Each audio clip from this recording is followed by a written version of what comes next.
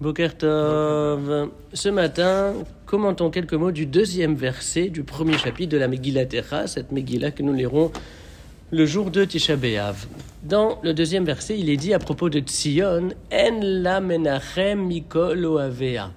Littéralement, En la menachem, elle ne trouve pas de consolateur mikol ohavea parmi tous ceux qui l'aimaient. C'est-à-dire que Tzion était entouré d'un certain nombre de nations, ou de peuples, ou de voisins qui disaient leur amour pour Tzion.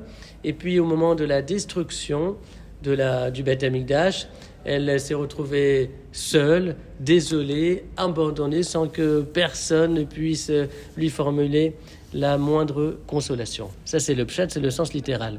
Il y a un ouvrage qui s'appelle Tiferet Uziel et qui explique la chose suivante. En la menachem, elle n'a pas de consolateur. Cela veut dire que elle ne peut pas avoir de consolateur. Elle ne peut pas, elle refuse d'avoir de consolateur. Pourquoi ? Parce que selon la tradition talmudique, il n'y a de consolation que s'il y a une disparition avérée.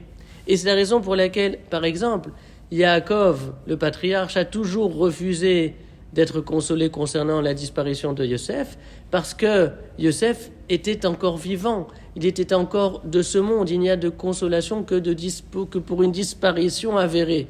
Et c'est la raison pour laquelle ici, Tzion, Knesset Israël, l'assemblée hébraïque, refuse toute consolation pour la destruction de son Beth Amikdash, parce que s'il est vrai que le temple a été détruit, s'il est vrai que les murs ont été incendiés et les pierres emportées, mais le Beth Amikdash en tant que tel, c'est-à-dire dans son idée, dans son absolu, dans son projet, dans son lien avec la dimension profonde de l'existence que nous appelons la vie de la Neshama, mais ce Beth Amikdash n'a jamais disparu. Et d'ailleurs, tous les matins, nous continuons de prier pour sa restauration et pour sa reconstruction. Donc en fait, accepter la consolation, cela aurait signifié mettre un point final à l'existence du Beth Amikdash. Refuser cette consolation, c'est croire qu'il existe encore quelque part dans le monde une étincelle de ce temple, et quelque part dans le monde, quelque part dans le ciel, puisque la tradition talmudique a toujours affirmé qu'il existait un Beth Amikdash El Mala, un temple céleste, un temple quelque part